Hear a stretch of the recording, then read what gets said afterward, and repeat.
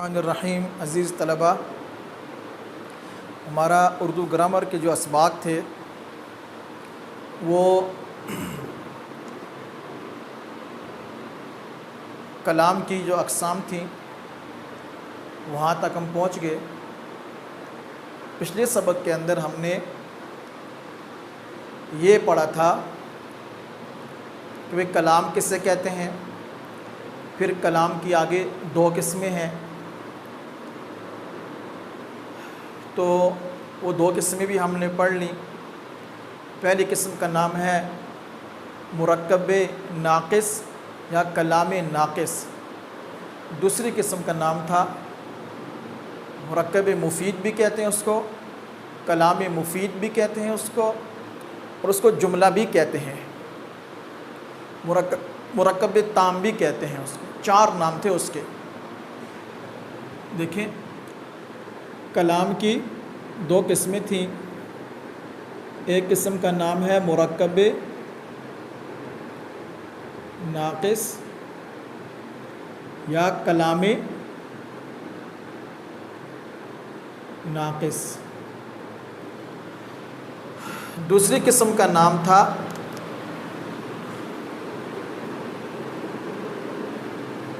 مرکب تام یا مرکب مفید یا کلام تام یا جملہ، یہ چار نام اس کے آتے ہیں۔ بہرحال پھر مرکب ناقص کی ہم نے تعریف یہ پڑھی تھی کہ مرکب ناقص اسے کہتے ہیں جس کا کوئی مطلب سمجھ میں نہ آئے، کوئی فائدہ حاصل نہ ہو جس کے سن کر۔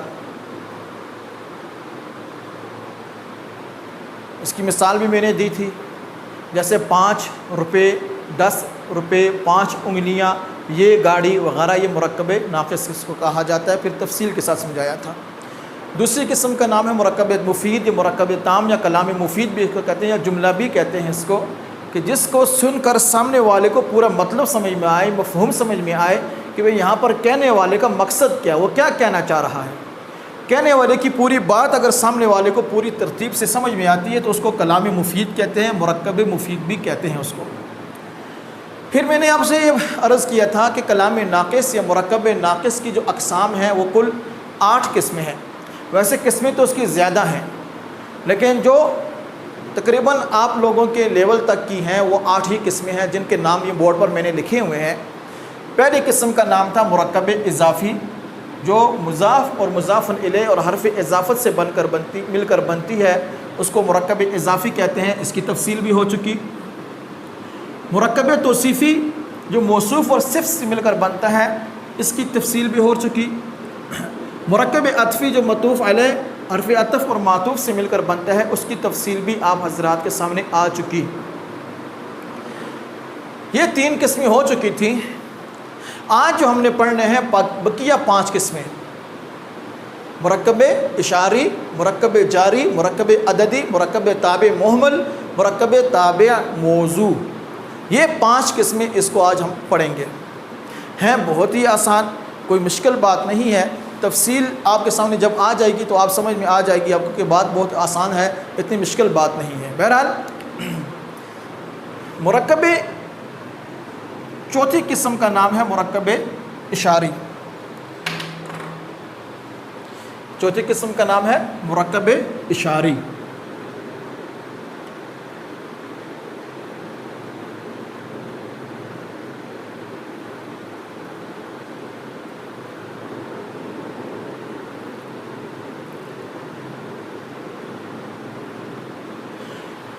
مرکب اشاری کسے کہتے ہیں؟ کہ جو اسم اشارہ اور مشار الیہ سے مل کر بنتی ہیں، ٹھیک ہے، اسے مرکب اشاری کہتے ہیں۔ جو اسم اشارہ اور مشار الیہ سے مل کر بنتا ہے اس کو مرکب اشاری کہتے ہیں۔ اب اسم اشارہ اور مشار الیہ یہ پوری تفصیل ہم نے پڑھ لی ہے اسم معرفہ کی تقسیم کے اندر۔ اس میں معرفہ کی جو 4 قسمیں تھیں وہاں پر آپ کے سامنے یہ تفصیل آ چکی تھی۔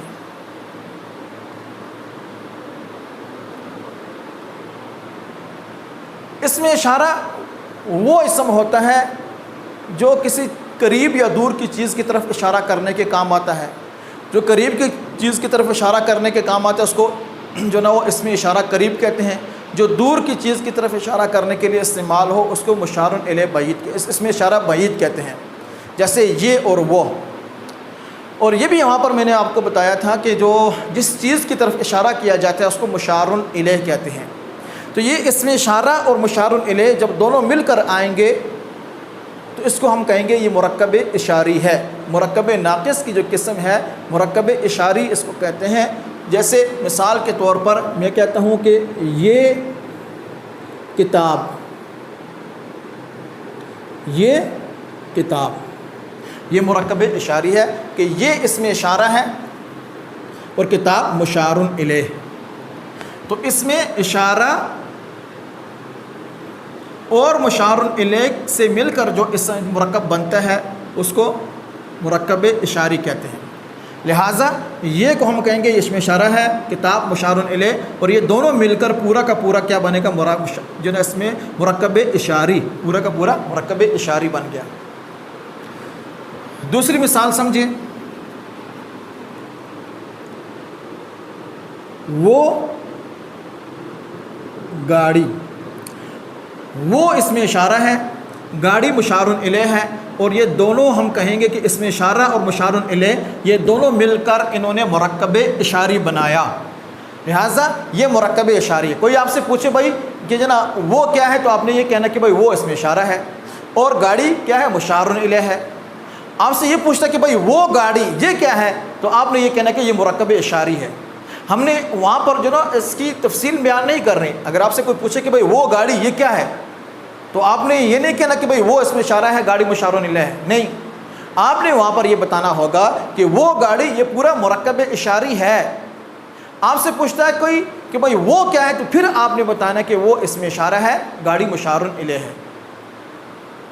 بہرحال مرکب اشاری وہ ہوتا ہے کہ جو اسم اشارہ اور مشار الیہ سے مل کر بنتا ہے اس کو اسم مرکب اشاری کہتے ہیں، اور اسم اشارہ جو ہوتا ہے وہ پہلے آتا ہے، مشار الیہ بعد میں آتا ہے، یہ جو مرکب اشاری بن جاتا ہے۔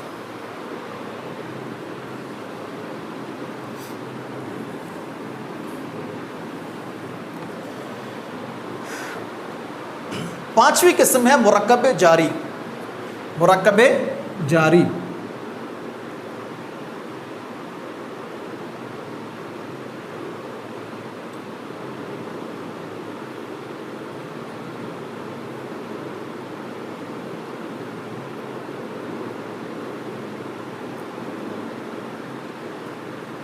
مرکب جاری حروف کی بحث میں ہم نے ایک حروف کی قسم یہ بھی پڑھی تھی کہ حرف جارہ، حروف جارہ جسے کہتے ہیں، حروف جار بھی کہتے ہیں، حروف جارہ بھی کہتے ہیں۔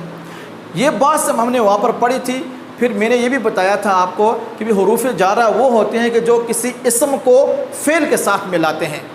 مثال وہاں پر یہ دی گئی تھی کہ جیسے وہ جماعت ششم میں پڑھتا ہے۔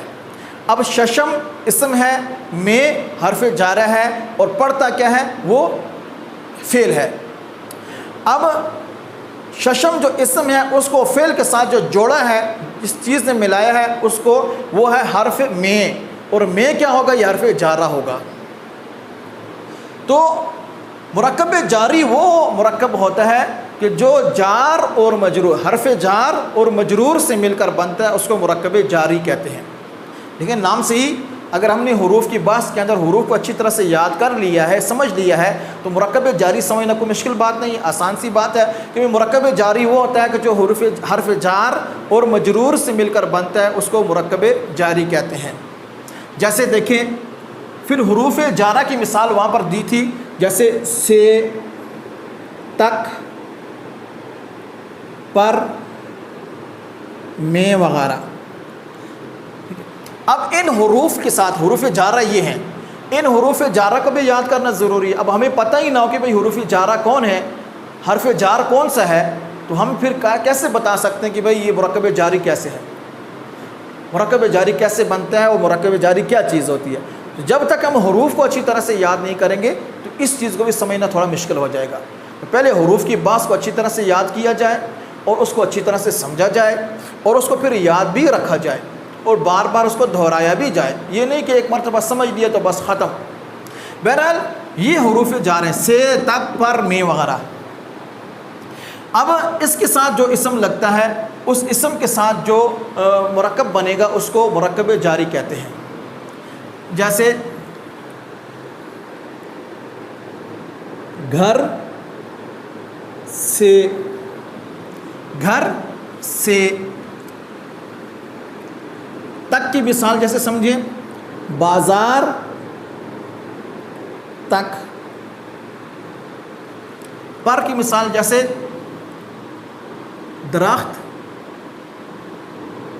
پر. میں کی مثال جیسے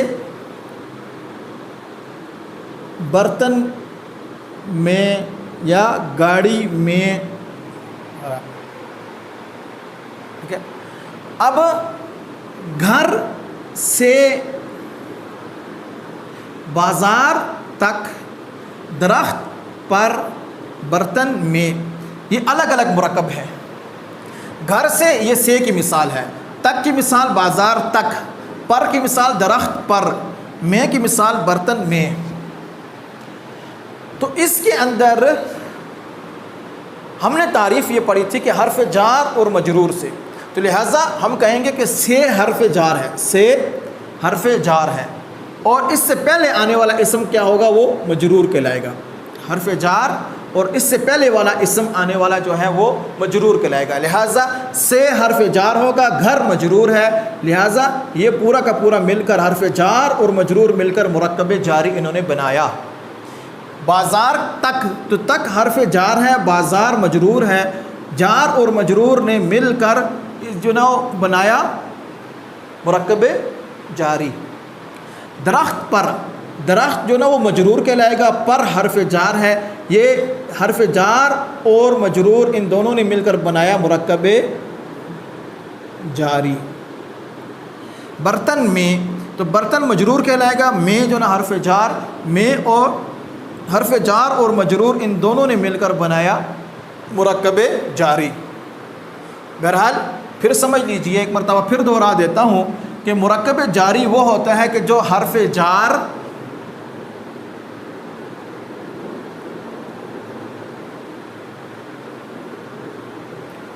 اور مجرور ان دونوں سے مل کر جو مرکب بنتا ہے اس کو مرکب جاری کہتے ہیں.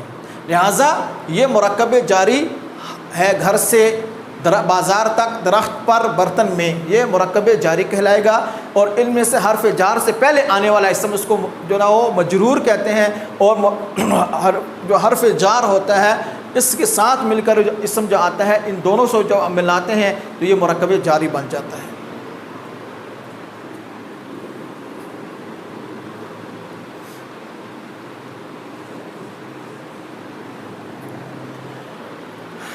چھٹی قسم ہے مرکب عددی.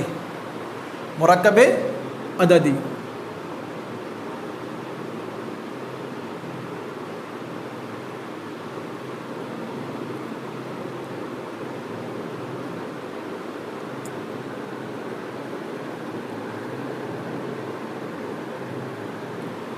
اس میں صفت کی جو باس تھی وہاں پر ہم نے ایک چیز پڑھی تھی مرکب عددی. جہاں پر ہم نے پڑھی تھی صفت کی قسم ہے صفت عددی جس کو کہتے ہیں، کہ جہاں پر کسی چیز کی تعداد بیان کی جائے. وہاں پر میں نے آپ سے عرض کیا تھا کہ جس چیز کی تعداد بیان کی جاتی ہے، گنتی بیان کی جاتی ہے، اس کو معدود بولتے ہیں. معدود عین کے ساتھ، ہے کے ساتھ نہیں، محدود نہیں.